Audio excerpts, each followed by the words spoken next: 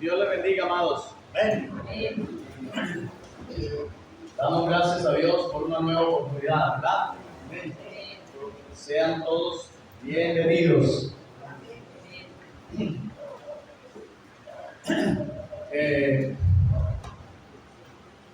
Hoy quisiera, amados, que tratáramos sobre un pasaje bastante conocido, y es cuando el Señor rechaza a Saúl. Aleluya. ¿Quién era Saúl? ¿Quién era Saúl? Saúl fue el primer rey de Israel. ¿Cuánto tiempo llevaba Israel de estar en su territorio? ¿Cómo? Como unos 400 años más o menos, ¿cierto? Más o menos unos 400 años. Israel había salido de Egipto. Al salir de Egipto y ir de camino, ¿ellos cuánto tiempo demoran en el camino? En el camino, claro, no se gasta 40 años de ir de Egipto a Canaán. ¿Eso es camino de qué? Aproximadamente 3 días por la costilla del mar. Ahorita que hay bastante noticias sobre Israel, ¿cierto? Está Israel, hay una partecita aquí abajito que es esta partecita que es la que está en guerra con Israel, Gaza, y Gaza ya tiene frontera con Egipto, ¿sí? Allí por la partecita del mar, entonces, por el mar Mediterráneo. Entonces, aquí está Egipto, la parte de abajo, y por aquí, por este ladito, más o menos unos 3 días. El pueblo de Israel se gastó 40 años. Obviamente los 40 años tenían un propósito, ¿verdad? Pero resulta de que en este caminar, se le atravesó un pueblo. A Israel se le atravesó un pueblo, y este pueblo que le hizo guerra y que le molestaba que Israel llegara a tomar su territorio. Es más, ni siquiera si querían que pasara por su territorio, aun cuando Israel siempre pedía que le dieran el permiso solamente para pasar. No vamos a tocar viñas, no vamos a hacer esto, no vamos a hacer aquello, no vamos a hacer una cosa a la otra, solamente pasaremos. Y ellos le dijeron, no. Ok, luego cuando Israel se pasa por otro lado, y aún pasándose por otra parte, ese pueblo viene y ataca a Israel. Le hacen una emboscada bien horrible. ¿Esta emboscada cuál es? Los guerreros vienen por la parte del frente a enfrentarse con Israel, pero resulta de que otros se vinieron por la parte de atrás. ¿Cuál era la desventaja que tenía Israel? La desventaja era la siguiente, que en Israel iba todo el mundo. Iban los pocos guerreros, o sea, la gente que podía al menos agarrar una espada, llevaban las mujeres, llevaban los niños, llevaban los ancianos, llevaban a todo el mundo, los bebecitos de pecho, llevaban a todo el mundo. ¿Cuál era la ventaja de Amalek? ¿Que usted cree que Amalek salió a la guerra con las mujeres, los niños y todo eso? No, salieron a la guerra solos. Ok, cuando Amalek ataca a Israel, lo ataca por la retaguardia. Obviamente que si los guerreros van peleando al frente, ¿dónde se queda la gente que no pelea? Atrás. Es decir, que usted lo consigue en Éxodo, capítulo 17. Si quieren, miramos un poquitico.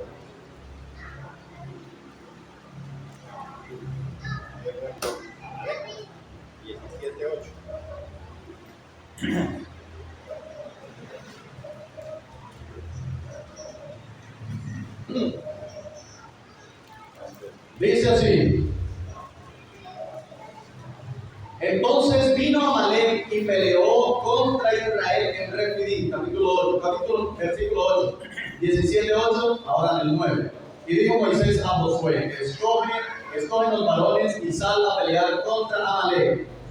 Mañana yo estaré sobre la cumbre del collado y la vara de Dios en mi mano. Esto fue después de que la pelea se dio. Pero cuando los atacaron por la retaguardia. Dice así: e hizo Josué como le dijo Moisés, y peleando contra Amalek, Moisés y Aarón y Hur subieron a la cumbre del collado. Y sucedía que cuando alzaba Moisés su mano, Israel prevalecía. Mas cuando él bajaba su mano, prevalecía Amalek. Las manos de Moisés se cansaban, por lo que tomaron una piedra y la pusieron debajo de él, y se sentó sobre ella. Aarón y Hur sostenían sus manos, el uno de un lado, el otro del otro lado. Así hubo en sus manos firmeza hasta que se puso el sol. 13. Y Josué deshizo a Amalek y a su pueblo a filo de espada. Y Jehová dijo a Moisés, escuchen, ¿qué le dijo Jehová a Moisés? Escribe esto para memoria en un libro, y di a Josué que raeré del todo la memoria de Amalek debajo del cielo. Y Moisés edificó un altar y llamó su nombre Nisi, Jehová Nisi.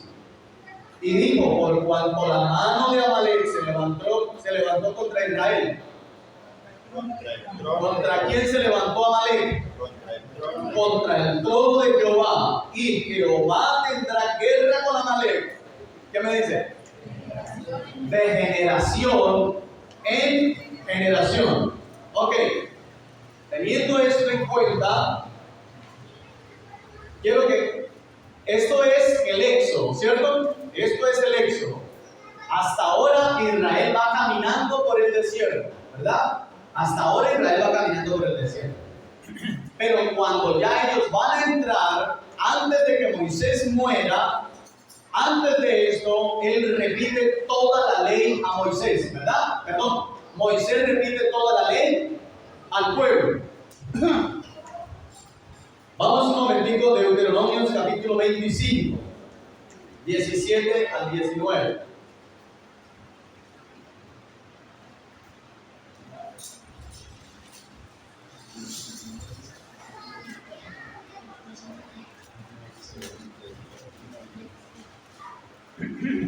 Amén. Cuando ya le hubo acabado de decir gran parte de la ley, le recordaba la ley, porque esta es la Deuteronomio, es la repetición de la ley, la repetición de la ley. Así que, escuchen, vamos a leer unos versículos antes y se dará cuenta. Dice el 11, mire lo que dice: si alguno riñere uno con otro, y se acercare la mujer de uno para librar a su marido de mano del que le hiere, y alargando su mano asiere de sus partes vergonzosas, hoy se le llaman sus partes íntimas, le cortarás la mano y no la perdonará. No tendrás en tu bolsa pesa grande ni pesa chica, ni tendrás en tu casa efa grande ni efa pequeño. Pesa exacta y justa tendrás, efa cabal y justo tendrás, para que tus días sean prolongados sobre la tierra que Jehová tu Dios te da. Porque abominaciones a Jehová tu Dios cualquiera que hace eso y cualquiera que hace injusticia. Escuche, hasta aquí está diciendo Dios todas las cosas, o sea, como ya unos apartes, ¿cierto? Ya como dando los últimos toques.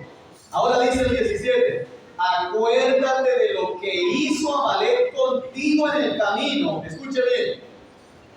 Cuando salías de Egipto, de cómo te salió al encuentro en el camino y te desbarató como la retaguardia de todos los débiles que iban detrás de ti, cuando tú estabas cansado y trabajado y no tuvo temor de Dios.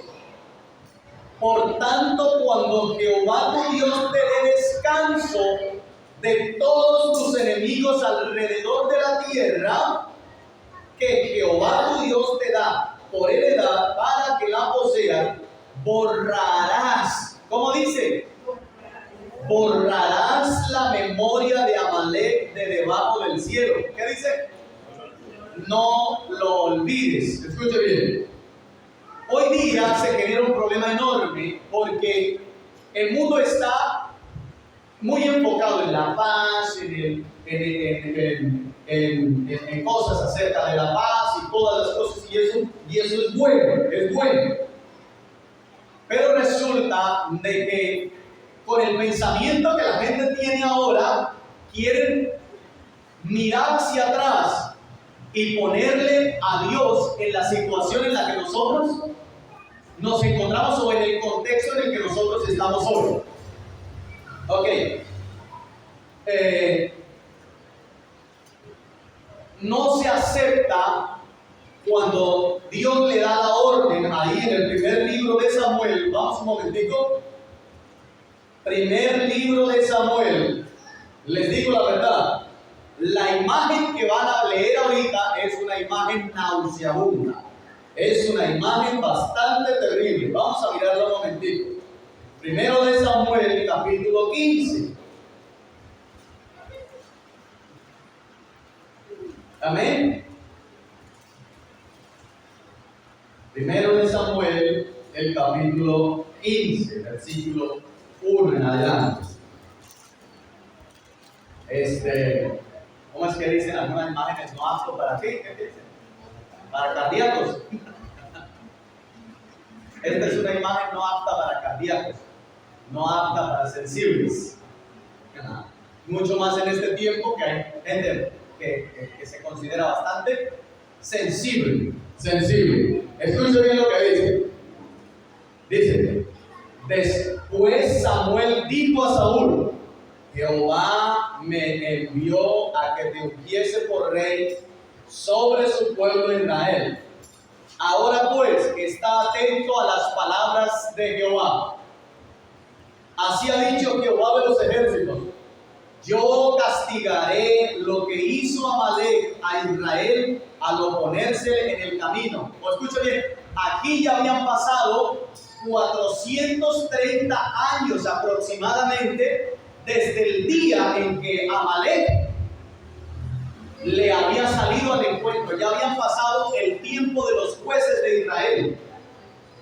Había pasado ya el tiempo de los jueces. Y hasta ahora Saúl era el primer rey, ¿cierto? Después de 400 y algo de años está Saúl y a él le es dada la orden. Recuerden, en días anteriores, estoy hablando en años anteriores, o sea, 430 años antes, dice que ¿qué hizo Josué con Amalek? ¿Qué fue lo que hizo? Los deshizo. Pero como les decía, Amalek no tenía consigo ni las mujeres, ni los hijos, ni a ninguno. ¿Qué pasó con Amalek? Quedó descendencia. Allá quedaron sus mujeres, sus niños, los jóvenes que no tenían cierta edad todavía para estar en la guerra, todos ellos quedaron allá. Al cabo de unos 20 años, ¿qué pasó con Amalek? Ya era un pueblo normal, otra vez igualito, ¿verdad? Entonces, Josué, los que habían ido a pelear, Josué los exterminó, pero le había quedado toda la descendencia. La promesa que el Señor había dado, amados, era: borraré, escuche bien, borraré para siempre la memoria de ¿quién? De Amalek. Es decir, que de Amalek no debía quedar nada, ni uno. No debía quedar ni uno. Por eso les digo, la imagen que van a ver, que estamos viendo acá, es una imagen bastante fuerte. Ahora el Señor le dice a Saúl: así ha dicho Jehová, yo castigaré lo que hizo Amalek a Israel al oponerse en el camino cuando subía de Egipto. Después hiere a Amalek destruye todo lo que tiene, no te apiades de él, mata a hombres, mujeres, niños, aún los de pecho, ovejas, vacas, camellos, asnos. Y Saúl pues convocó al pueblo, les pasó revista en Selaí, 200,000 de a pie y 10,000 hombres de Judá. Ok, ¿cómo les parece la orden de un Dios, del único Dios? ¿Cómo les parece la orden para traer esta imagen hoy día? ¿Cómo les parece esa imagen?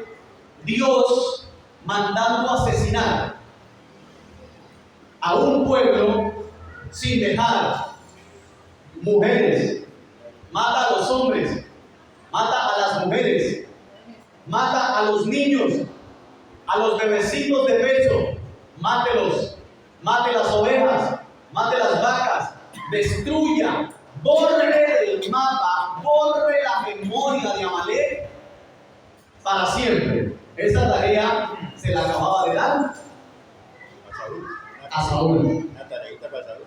Esa era una tarea bien tremenda para Saúl. Ahora, nosotros hoy día vemos esto y es bastante fuerte. En la antigüedad, esto era prácticamente el pan de cada día. Las grandes civilizaciones se fundamentaron exactamente sobre las guerras, y guerras completamente despiadadas, guerras donde no había misericordia en lo absoluto. Ahora, lo que Dios había prometido y se había jurado a sí mismo era borrar la memoria de Amalek. ¿De dónde viene Amalek? Amalek era un pueblo hermano de Israel. Amalek viene de Esaú. ¿Quién era Esaú? El hermano de Jacob. Jacob le fue cambiado el nombre por Israel. Así que a quien tenía que borrar del mapa para siempre y borrar la memoria para siempre era la memoria de quién? De Esaú. Borrar la memoria para siempre. Ok, esto es bastante complicado. Saúl no tuvo problema. Él no le dice, Señor, ¿qué es esta orden que tú estás dando? ¿Cómo es posible que tú me mandes a mí a matar a mujeres y a niños y a los bebecitos? ¿Qué es esta orden que tú me estás dando? ¿Qué te pasó? No, él va y lo peor de la guerra lo hace. Lo peor lo hizo.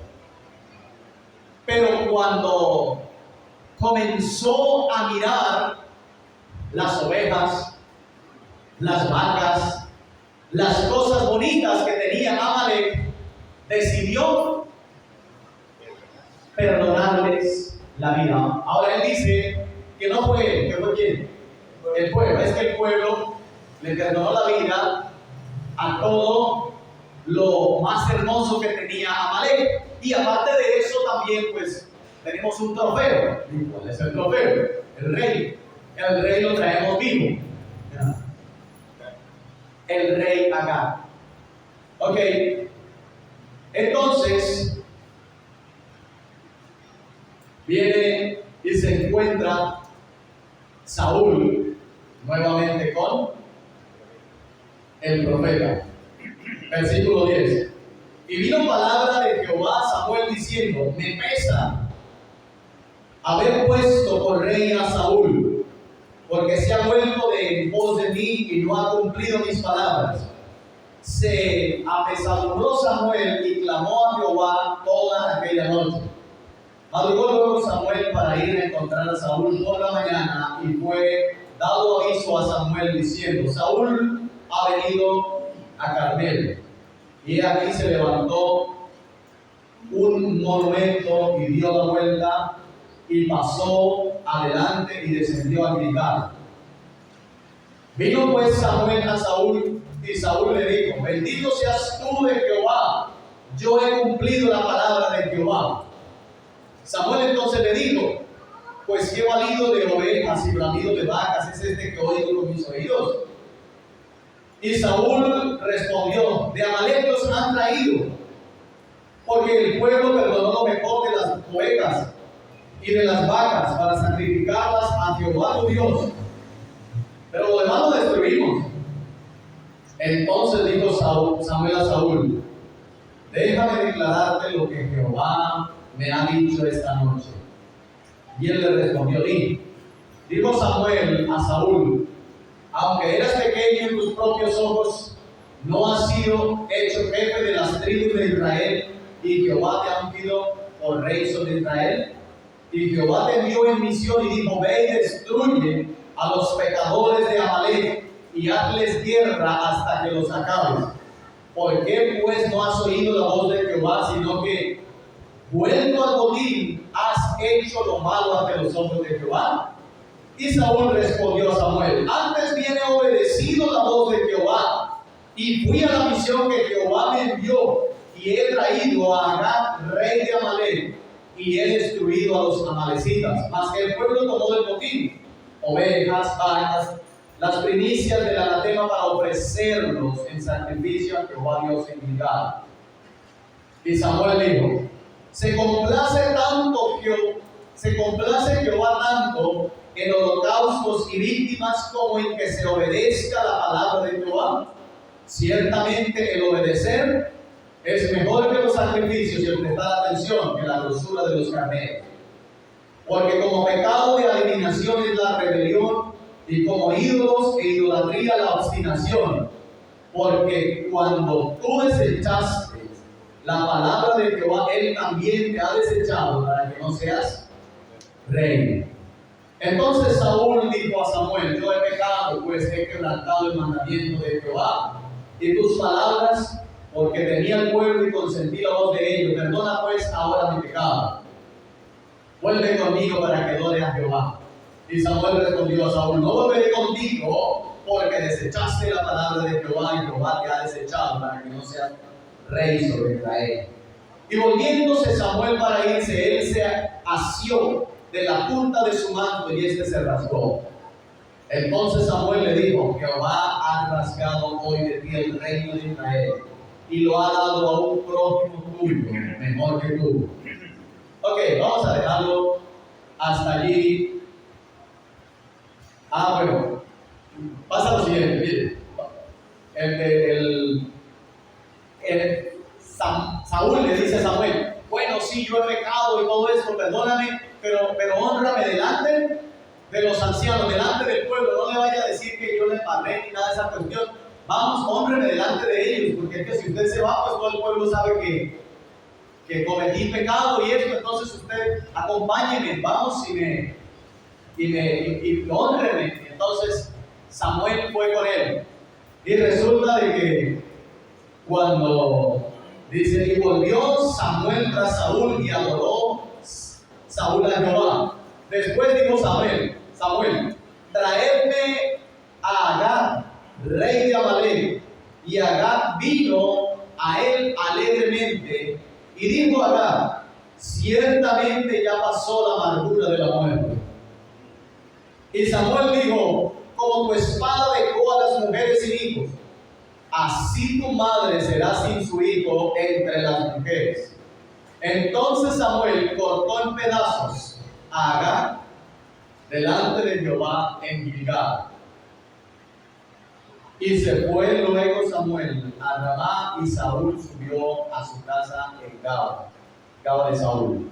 Y nunca más vio Samuel a Saúl en toda su vida. Y Samuel lloraba a Saúl, y Jehová se arrepentía de haber puesto a Saúl por rey sobre Israel. ¿Cómo les parece a ustedes esta imagen? ¿Es fácil de digerir? Hoy dice: ¿cómo es posible que un Dios tan lleno de amor, tan lleno de misericordia, tan lleno de cuidado, de esto y lo otro, cómo es posible que que mande a exterminar la memoria de un pueblo entero.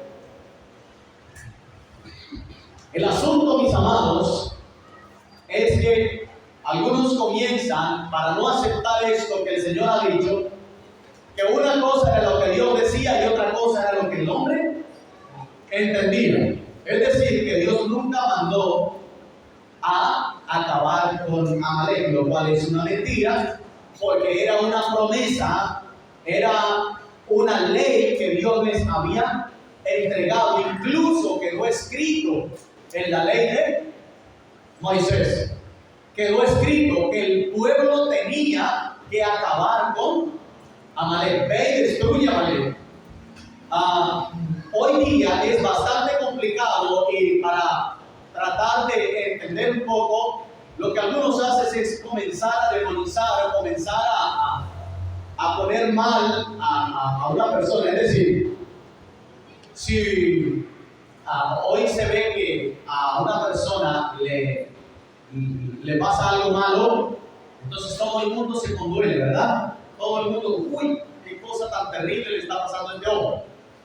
La forma de poder legalizar lo mal que le está yendo, de que le ha pasado, es que alguien comience a decir, lo que pasa es que usted no sabe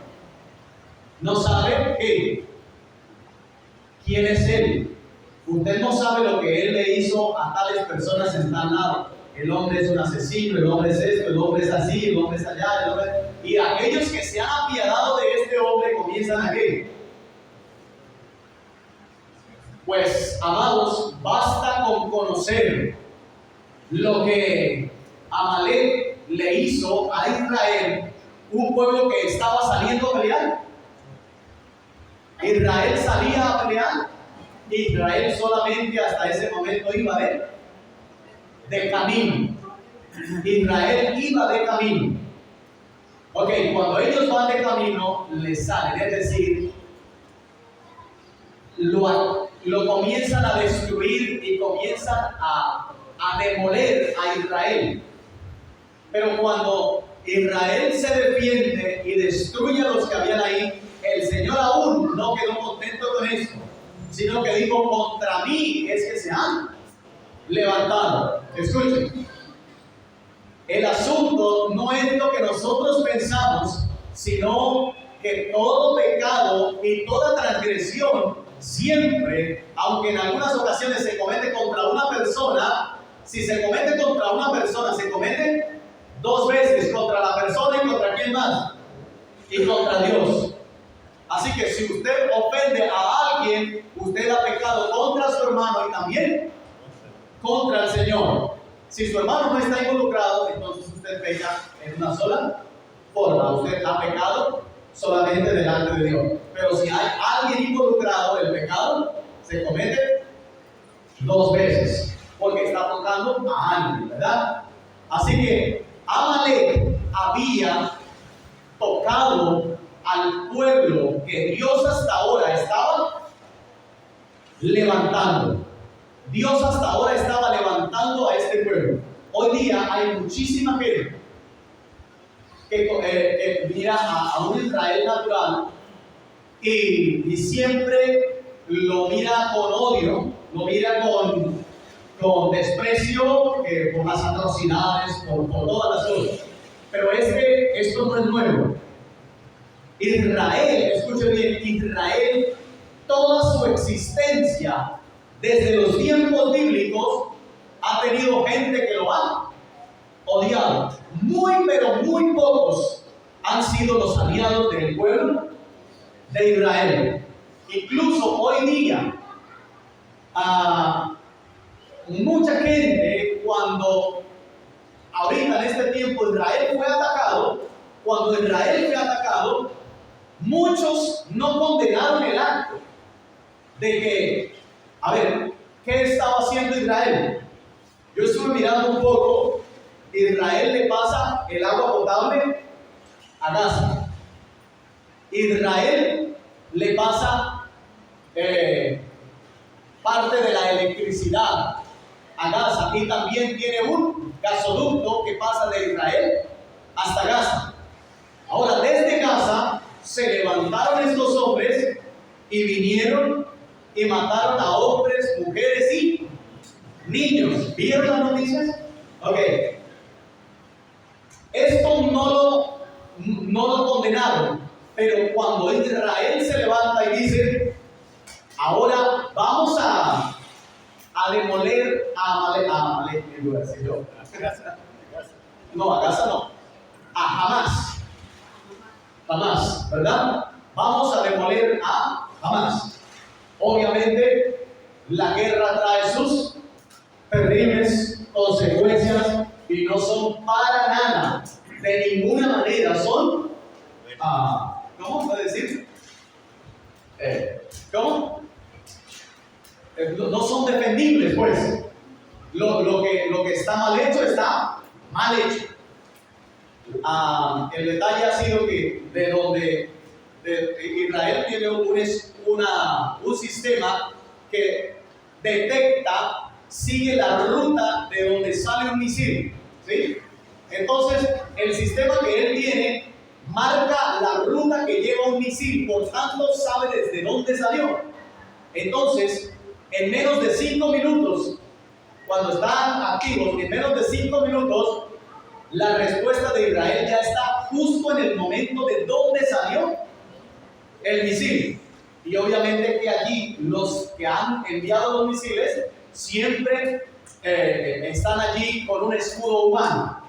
Ellos lanzan artefactos contra Israel exactamente desde escuelas, colegios, hospitales, centros de refugio, de cualquier cosa así, siempre envían sus misiles. Cuando Israel va a contraatacar, se encuentra que allá habían civiles. Ok, eso es lo que está pasando hoy día, y por esto comienza obviamente a condenarse al pueblo literal de Israel.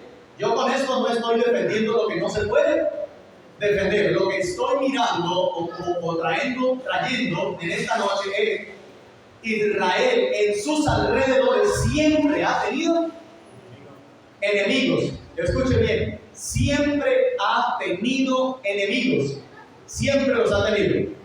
Pero ese que fue el primer enemigo del pueblo de Israel, Dios le dio la orden que tenía que destruirlo. Ahora, el Señor en este tiempo nos ha dicho que nosotros no tenemos lucha contra ¿quién? Contra carne ni sangre. No tenemos lucha contra carne ni sangre, sino que nuestra lucha es contra ¿quién? Contra espíritus y potestades de los aires, en los aires, que operan en las regiones celestes, ¿verdad? Ok. La guerra de nosotros, amados, el Señor ha dicho que a este enemigo que se llama, que tenemos nosotros, que es el pecado, el Señor nos ha dicho que debe ser destruido. Escuchen, cuando nosotros entramos en este camino es precisamente porque el Señor nos ha perdonado todos nuestros pecados. ¿Porque seamos los mejores? No. ¿Dios por qué escogió a Israel? ¿Porque Israel era el mejor pueblo? No. Simplemente porque Dios lo quiso escoger. El Señor, cuando Israel iba a entrar a la tierra prometida, le dijo: mira que no entras a la tierra porque tienes las manos limpias o porque eres un pueblo excelente sobre la tierra, sino que eres un pueblo duro. Eres un pueblo, mejor dicho, de dura servidumbre. Entran allá solamente porque yo lo he prometido. Ahora, todo lo que el Señor dijo se cumplió. ¿Sí? Todo lo que el Señor dijo se cumplió. Pero el asunto, amados, es lo que a usted y a mí en esta noche o en este camino nos toca. Y que ¿cuántos de los que están aquí tienen enemigos? No hablo de enemigos naturales, espirituales. ¿Cuántos tienen que luchar?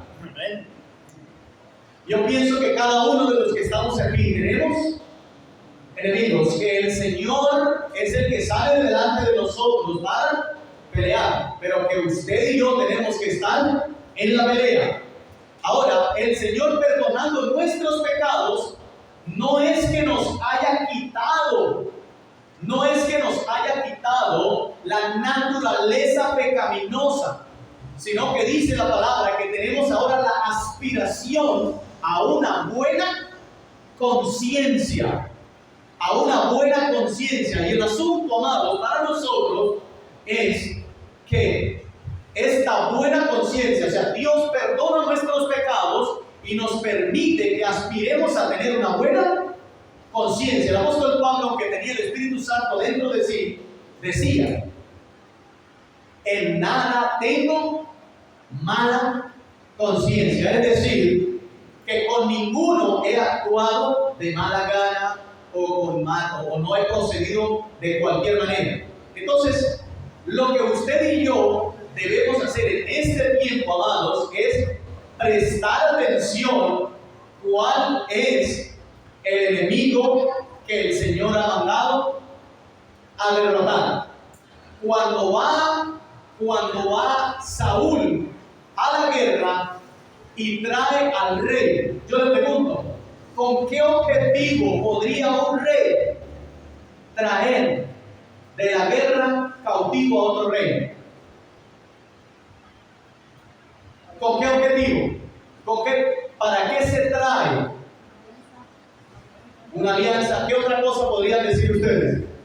¿Para qué podría traer un rey cautivo a otro rey que le había destruido todo?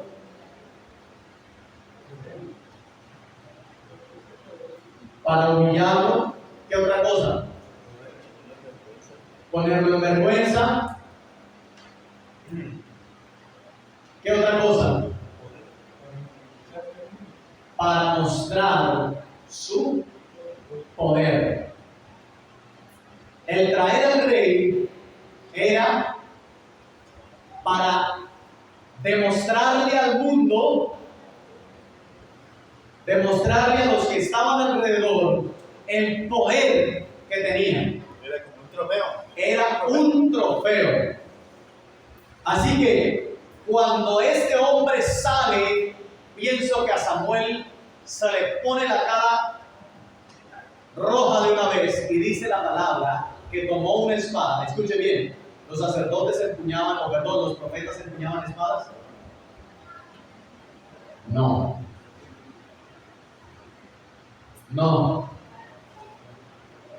Y Samuel oficiaba delante de Dios como ¿qué? Como sacerdote. Él ofrecía también sacrificios. Así que dice la palabra que él agarró la espada y cortó a este hombre en pedazos.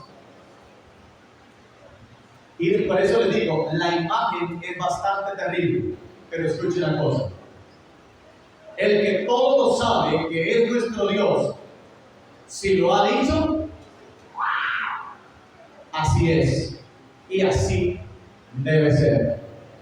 Cuando Dios le dice a Noé: Noé, he decidido el fin de toda carne, porque el pensamiento de los hombres es única y exclusivamente al mal. Solo de continuo al mal. Raeré, ¿cómo dice? Raeré de la faz de la tierra a todo lo que tiene aliento de vida en sus narices. Raeré, acabaré con todo lo que se mueve debajo del cielo. Mas estableceré mi pacto contigo. Hazte un arca de madera de gofer, hazte esto, haz esto, así, así, así. Le harás 3 pisos, harás esto, harás así, así, así, así. De todo animal limpio vas a hacer esto, de todo animal impuro vas a hacer esto, de todo, y ellos van a venir de 2 en 2 y van a entrar al arca. Ahora, ¿qué pasa con mucha gente? Dice: ¿cómo es posible que Dios, escuche bien, cómo es posible que Dios destruya a toda la tierra sin haberle dado una oportunidad? La vida de cada persona es su propia oportunidad. el que usted y yo tengamos aliento de vida en nuestras narices, como dice la palabra, esa es nuestra oportunidad. ¿Sí? Ahora, cuando el Señor le dice, hazte un arca de madera de gofer, en el cual entres tú, tus hijos, tu esposa y las mujeres de tus hijos, y haz una piecita aparte para los que van a creer por tu predicación. ¿Eso lo dice la Biblia? No. Ahora, muchos comienzan a decir que Noé estuvo predicando 100 años y nadie se convirtió. Mentira. Dios nunca mandó a que Noé predicara, porque el arca tenía lugares específicos y tenía una salvación específica para Noé. Como él se lo dijo. Eso se lo dijo antes de hacer el arca. Si no me creen, vamos un momentico a Génesis capítulo 6. Ajá.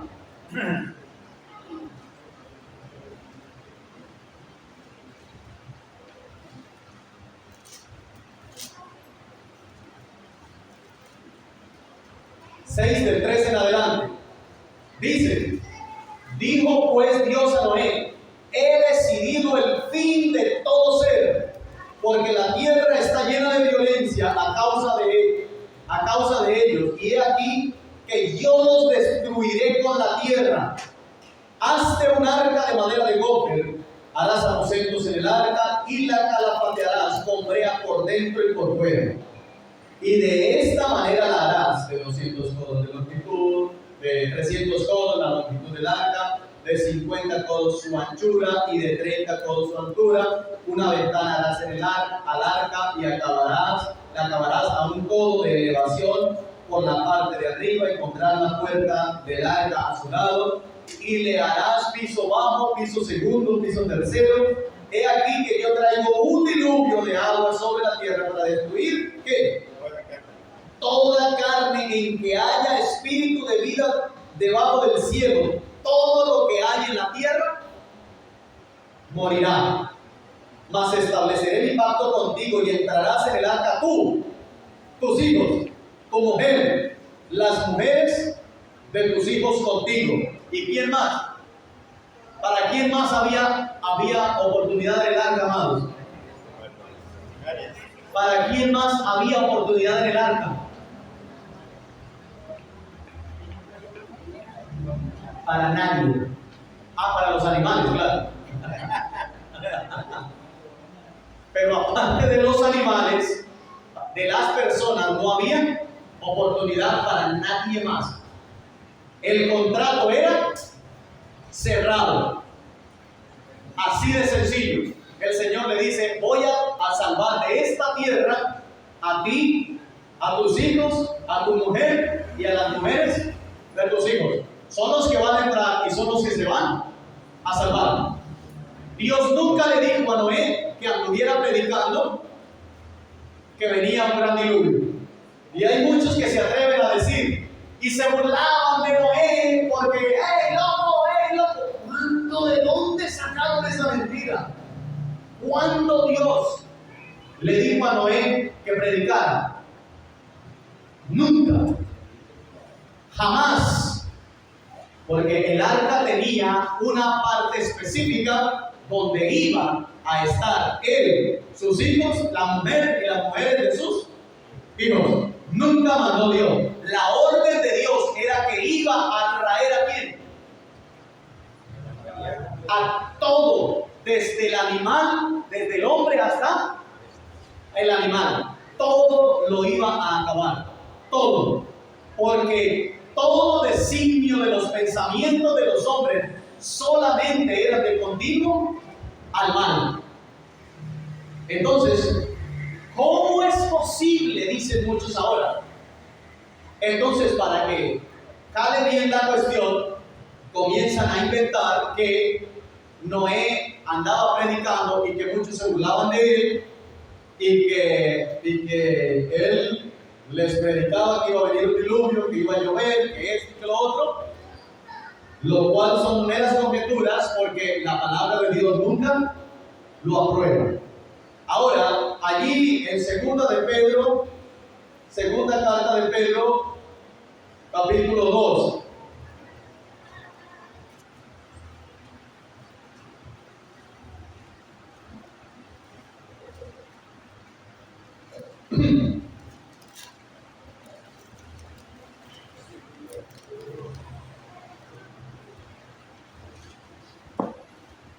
Dice así: y si no perdonó Dios, capítulo 2, versículo 5, y si no perdonó Dios al mundo antiguo, sino que guardó a Noé, pregonero de justicia, con otras 7 personas, trayendo el diluvio sobre el mundo de los impíos. Y así condenó por destrucción a las ciudades de Sodoma y Gomorra, reduciéndolas a ceniza, poniéndolas por ejemplo de los que habían de vivir impíamente. Escuchen bien. Porque aquí hay dos cosas completamente diferentes. Una es acerca del diluvio y otra cosa es acerca de Sodoma y Gomorra. Ok, Sodoma y Gomorra. ¿Cuántas, cómo les digo? Bueno, por ejemplo, a Nínive vemos que Dios envía a Jonás, ¿verdad? Era una ciudad cruel, era una ciudad de esto, lo otro, pero ellos no tenían conocimiento de las cosas. El Señor mismo dijo que este pueblo no sabía distinguir entre qué, entre su mano derecha y su mano izquierda, y cómo no había tener misericordia. Pero lo que estaba haciendo Sodoma y Gomorra, lo estaban haciendo conscientes de qué era lo que estaban haciendo. Y es más, cuando los ángeles vienen por Lot a sacarlo, incluso ellos dicen: venga, saque a esos muchachotes que vinieron, que los queremos conocer. Ustedes saben que hoy cuando se habla de sodomitas, ¿de qué se habla? De homosexualismo, ¿cierto? Homosexualismo. Para una persona practicar esto, él está consciente de qué es lo que está haciendo. Sabe que su anatomía, que su biología es contraria a lo que está practicando. Lo que estaba haciendo era consciente este pueblo. Pero volvamos al 5 y volvemos a leer el 6 para ver usted qué me ayuda, con qué me colabora o nos colaboramos. El 5 dice: si no perdonó al mundo antiguo, sino que guardó a Noé, pregonero de justicia, con otras 7 personas, trayendo el diluvio sobre el mundo de los impíos. Y si condenó por destrucción a las ciudades de Sodoma y Gomorra, reduciéndolas a ceniza, poniéndolas de ejemplo a los que habían de vivir impíamente. ¿Qué miran ustedes ahí? Juicio que trajo. El juicio que Dios trajo. Pero resulta de que aquí hay una palabrita que muchos se agarran y dicen: Noé, ¿qué? Pregonero de justicia. Pregonero es un predicador, ¿sí? Entonces muchos toman la palabrita o el versículo para decir, se da cuenta que Noé es ¿qué? Predicador de justicia. Ok, dejémoslo allí. Vamos a mirar el siguiente versículo. ¿Listo? Vamos a leer el siguiente versículo. Dice: y si condenó por destrucción a las ciudades de Sodoma y Gomorra, reduciéndolas a ceniza y poniéndolas de qué? Poniéndolas de ejemplo, ¿qué? ¿A quién? Poniéndolas de ejemplo a Sodoma y Gomorra. ¿A quiénes?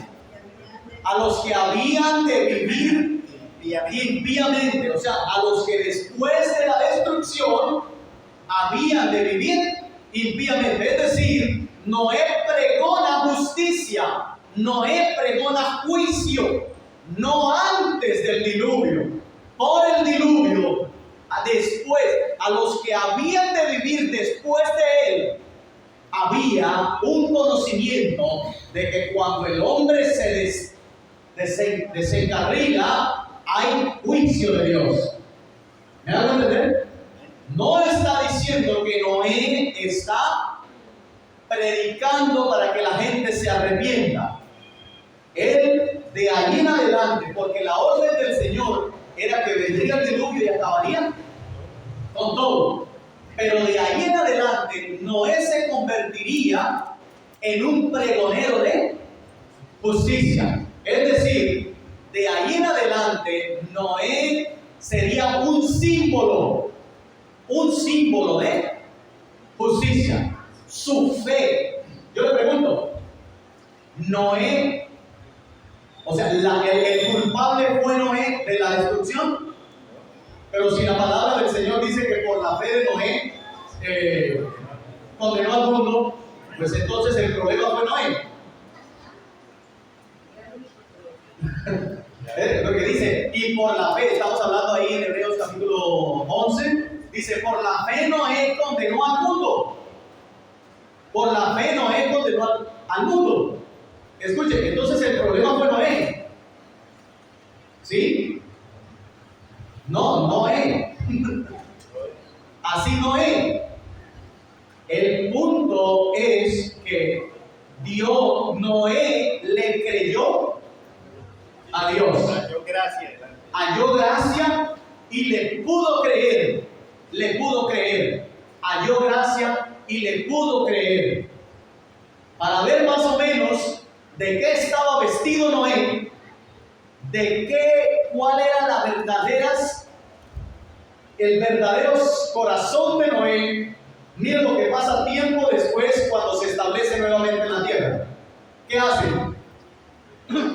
Planta una viña, de la viña que se recoge la uva se pisa y sale el jugo. Ya sabía hacer buena pizza. Ya sabía. El hombre sabía hacer su propio guarapo. El todo es que se da una tremenda borrachera.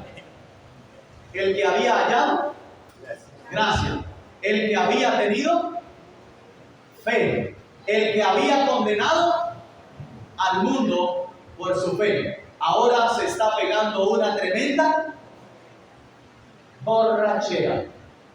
Yo le pregunto, ¿cuál era la diferencia de este hombre al resto de gente? Dice la Biblia que el pueblo antiguo estaba comiendo y ¿qué? Y bebiendo y ¿qué más? Casándose y ¿qué más? Y dándose casamiento. Y aquí tenemos a un hombre que halló gracia, pero después de un tiempo lo vemos haciendo lo mismo que ¿qué? Que la gente estaba comiendo y ¿qué? Y bebiendo no era tomando agua para bajar lo que estaba comiendo. ¿Bebiendo qué es? Amados, el asunto es cuando el pueblo del Señor ha hallado gracia. Esto es lo que quiero traer en esta noche. Cualquier cosa terrible que Dios trajera sobre o permitiera sobre el mundo se lo merece. Es más, y nosotros aún también lo merecíamos, o incluso lo merecemos. Si hacemos obra impía, actuamos impíamente. El asunto, lo que ha marcado la diferencia, amado, es que a usted y a mí nos ha cobijado la misericordia de Dios. Miren, estamos hablando de un hombre que dice la palabra que fue perfecto en todas sus generaciones.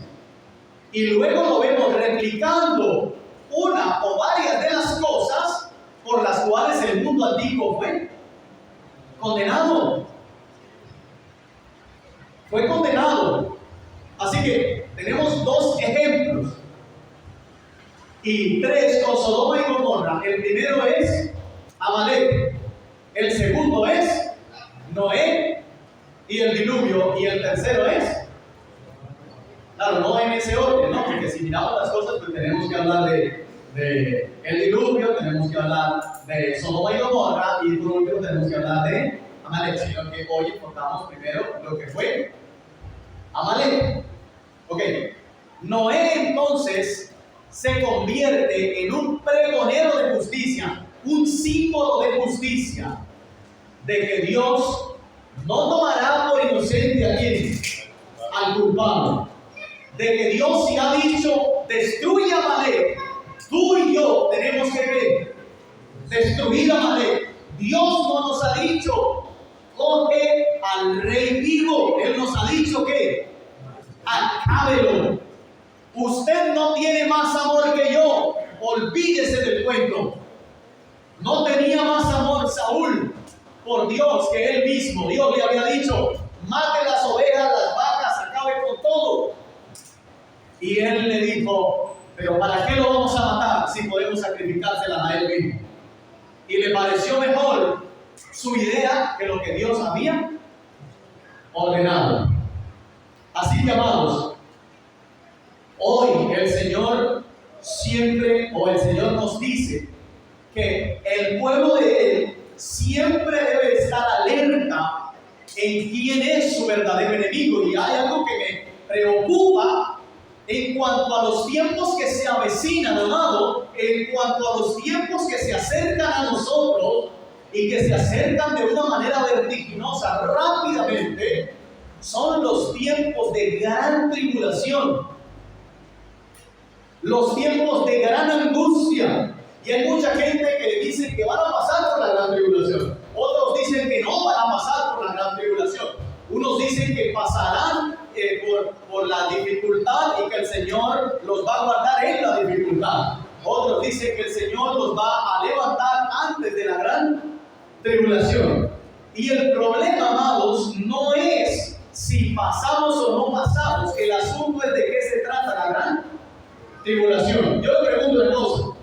Cuando el Señor dice en Mateo 24 que en este tiempo dice habrá gran tribulación, la cual que no ha habido desde el principio del tiempo y después de eso no habrá nunca más una gran tribulación como la que se aproxima.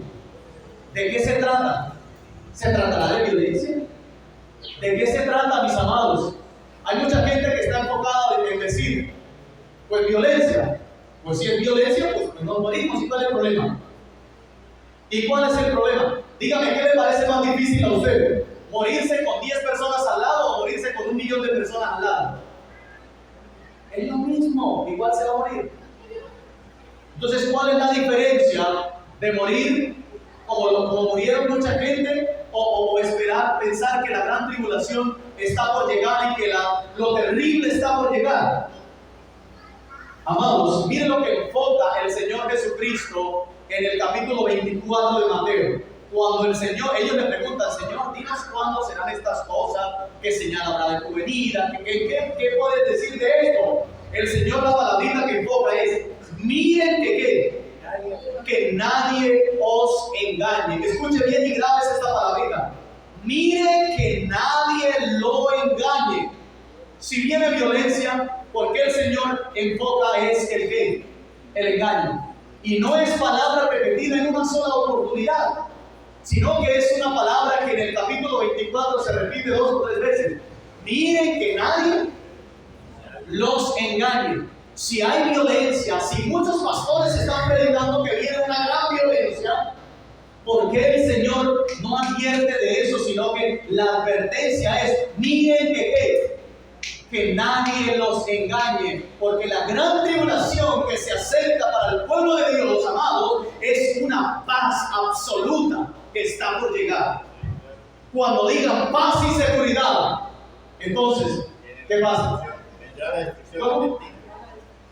Vendrá destrucción repentina. Eso es lo que antecede al Señor Jesucristo. Así que, amados, lo que el Señor enfoca primero que nada es, miren que nadie los engañe. En días atrás, o cuando el pueblo de Dios habla o escucha a políticos acerca de paz, acerca de esto, acerca de aquello, siempre hay pero es que a paz nos llamó el Señor. Pero es que nosotros somos pacificadores, ¿cómo no vamos a apoyar la paz? ¿Cómo no vamos a hacer esto? ¿Cómo no vamos a hacer aquello? Y sí, a paz, tenemos que estar libres, nosotros tenemos que estar libres de no odiar a nadie en lo absoluto. Pero el asunto, amados, es que el tiempo que se viene está trabajando exactamente para que usted pueda tener un tiempo de paz. El mundo está trabajando para la comunidad de todos. De todos. Cuando ustedes se levantan, ustedes tienen que ir al río a sacar una cucharadita de agua para llevárselo a casa.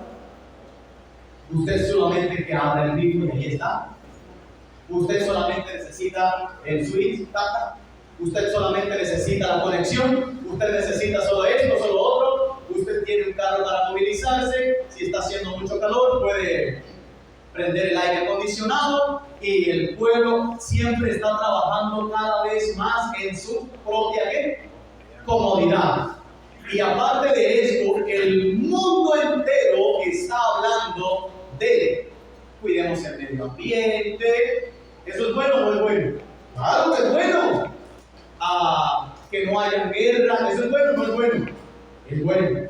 Que todos tengan los mismos derechos, ¿es bueno o no es bueno? Claro. Que todo esto, claro que sí. Pero el Señor está enfocando en su palabra. Mire que nadie lo engañe. Hay mucha gente que está pensando que cuando la bestia viene marcando a cada uno de los suyos, es que lo está obligando a marcar. Mire, dice que la alabanza a la bestia es la siguiente. La alabanza a la bestia es la siguiente. ¿Quién como la bestia? Es decir, un hombre que logró hacer la paz en todo el mundo. Este es un enviado de Dios. Este es el mismo Jesucristo. Un hombre que logra hacer la paz en el mundo entero. Un hombre que trae un tiempo de tranquilidad. Alguien y el gobierno, el mundo entero está trabajando hacia una paz absoluta. Por eso dice, y hacía que grandes y pequeños le adoraran.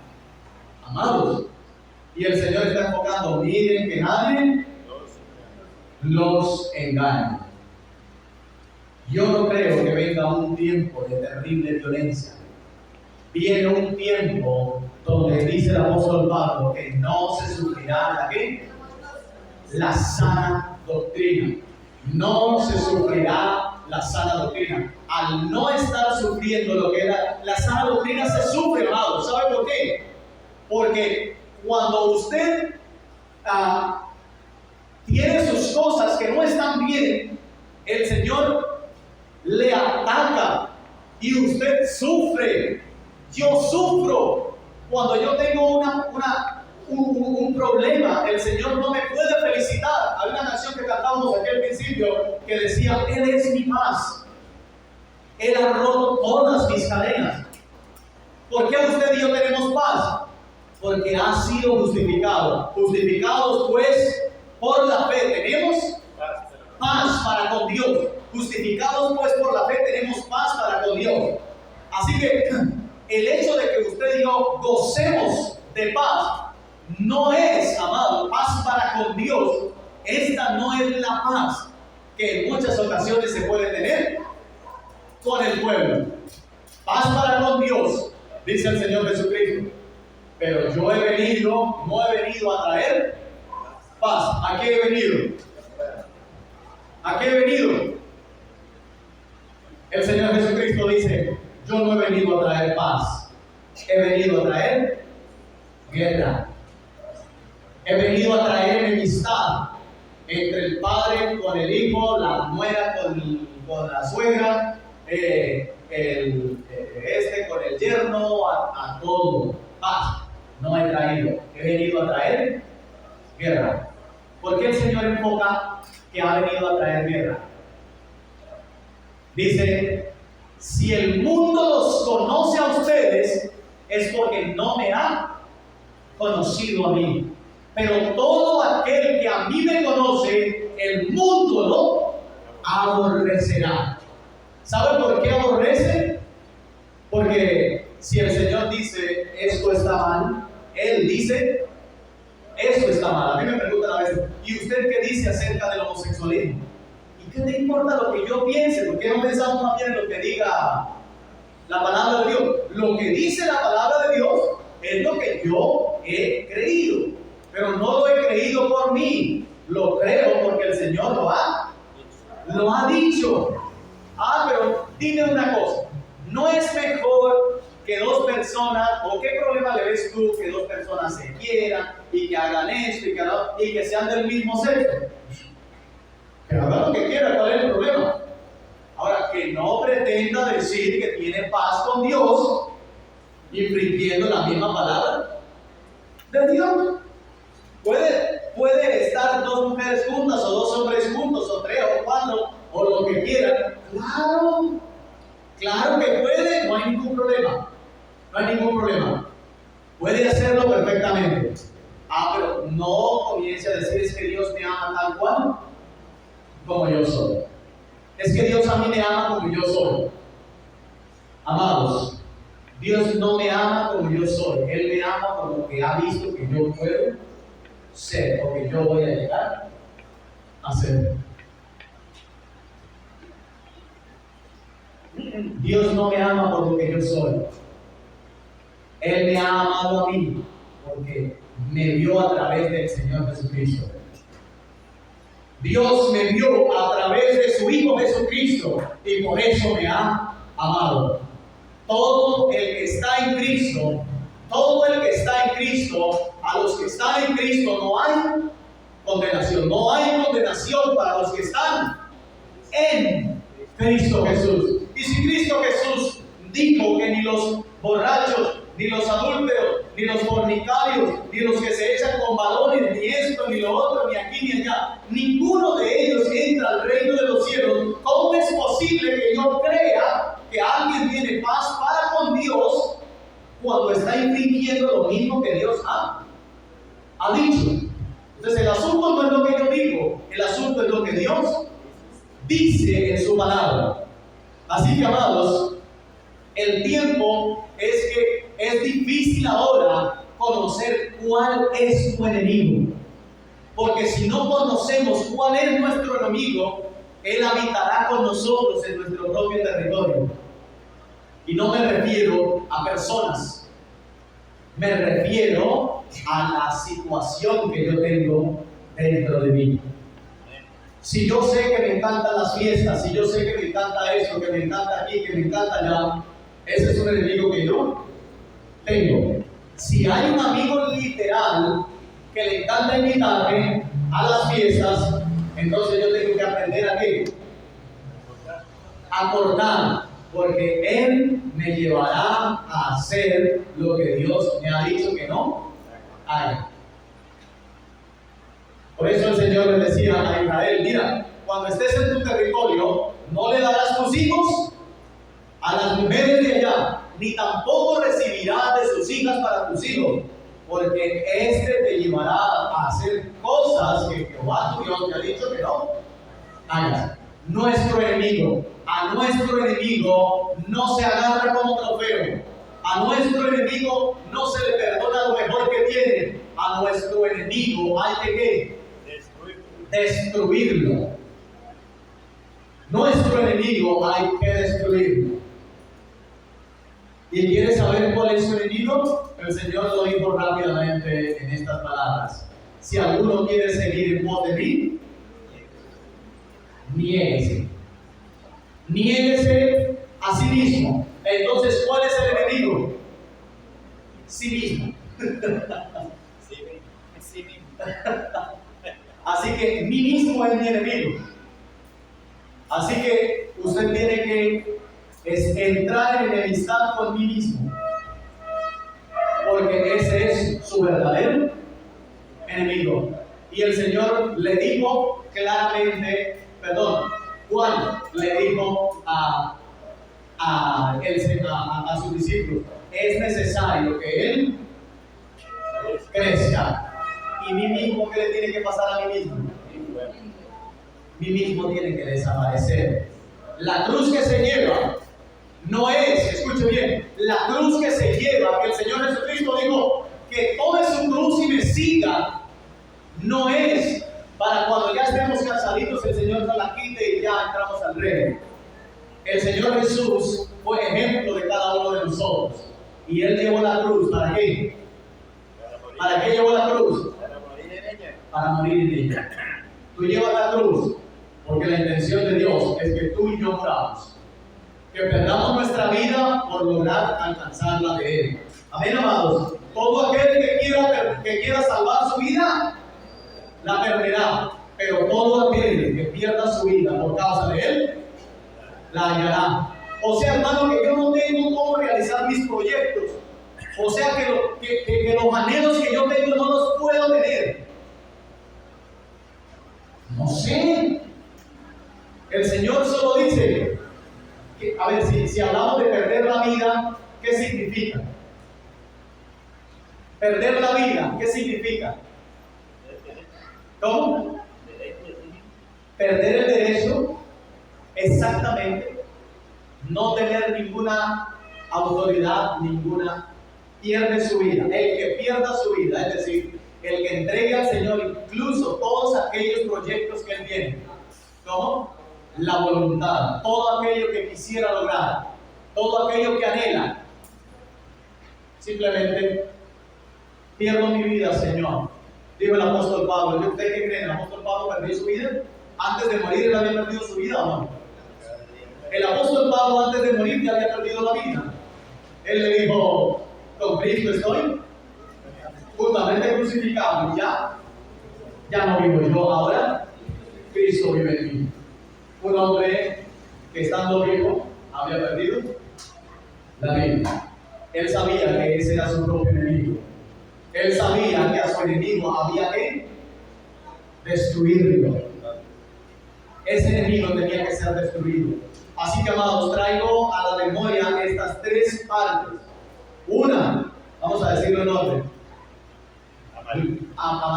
Bueno, en el orden cronológico, como dice la Biblia. Noé, Sodoma y Gomorra y Amalek. En este Amalek, en ninguno de estos tres, Dios envió mensajeros a decir arrepiéntanse como lo mandó a Nínive. A ninguno de esos tres. Simplemente dice, este pueblo, su corazón está solo al mal. No puede existir más. Lo raeré de la tierra. Cuando viene Sodoma y Gomorra, dice, su maldad subió. ¿A dónde? Olió. Le llegó el olor arriba al Señor. Por decirlo de alguna manera. Percibió el Señor ese olor desagradable. Y cuando hablamos de Amalek, estamos hablando de un hombre, de un pueblo, perdón, que se enfrentó al mismo trono de Dios. Al mismo trono de Dios. Dios no le mandó emisarios a decirle, arrepiéntanse porque va a venir esto, porque va a venir aquello, porque esto y lo otro.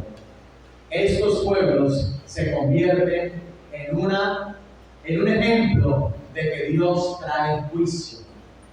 Como dice aquí, dice que no, y si condenó por destrucción a las ciudades de Sodoma y de Gomorra, reduciéndolas a ceniza, poniéndolas de ejemplo. Poniéndolas de ejemplo a los que habían de vivir. ¿No dice? Poniéndolas de ejemplo a los que habían de vivir impíamente. Es decir, a estos les era pregonada justicia. El Señor en toda la palabra ha pregonado justicia. Él lo ha dicho de su boca y también ha puesto hombres y mujeres que han sido como un estandarte que anuncian justicia. Pilas que Dios trae juicio. Yo pregunto, en el tiempo en el que el Señor Jesucristo venga, ¿traerá juicio sobre la tierra? Sí. Para terminar, cuando el Señor enfoca de que no, pendientes que no vayamos a ser engañados, el punto, amados, es que cuando usted es engañado, su fe se debilita. Cuando usted es engañado, cuando yo soy engañado, nuestra fe se debilita, se acaba, hermano. Sin fe es imposible agradar a Dios. Y el Señor Jesucristo dijo para finalizar: cuando el Hijo del Hombre venga, ¿qué? ¿Hallará fe en la tierra? Le pregunto, ¿a qué se refiere entonces? ¿A un tiempo de mucha dificultad? Probablemente no. Probablemente no. Es un problema de gran confusión. Hoy día la gente escucha tantos mensajes, tantas cosas, y a lo último la gente que no ha afianzado su fe en la palabra de Dios dice que se soltarán, volverán a las ¿qué? A las fábulas. Ya todo es relativo. Todo es relativo, ya no hay ningún problema. Por eso el Señor enfoca y dice: miren que nadie los engañe. Miren que nadie los engañe. Así que, amados, ustedes y yo tenemos una gran tarea. Debemos identificar nuestro enemigo, aun cuando se vista de ropas blancas y venga a hablarnos de paz. Si no es paz para con Dios, si no viene a hablarnos conforme a lo que Él ha dejado escrito, usted y yo tenemos que poner distancia. Hermano, pero viene hablando de paz. Téngale miedo. Porque si esa paz no se acopla a la palabra de Dios, téngale miedo, porque eso engañará a quién. A muchos, y dice: y si fuera posible, ¿a quién? Aún a esos escogidos. A muchos se engañarán. Y si fuera posible, aún a sus escogidos. Así que, si usted tiene oídos, los que tengamos oídos, tenemos que oír lo que el Señor dice a la iglesia. Amén, amados. Vamos a estar de pie y vamos a dar gracias a Dios.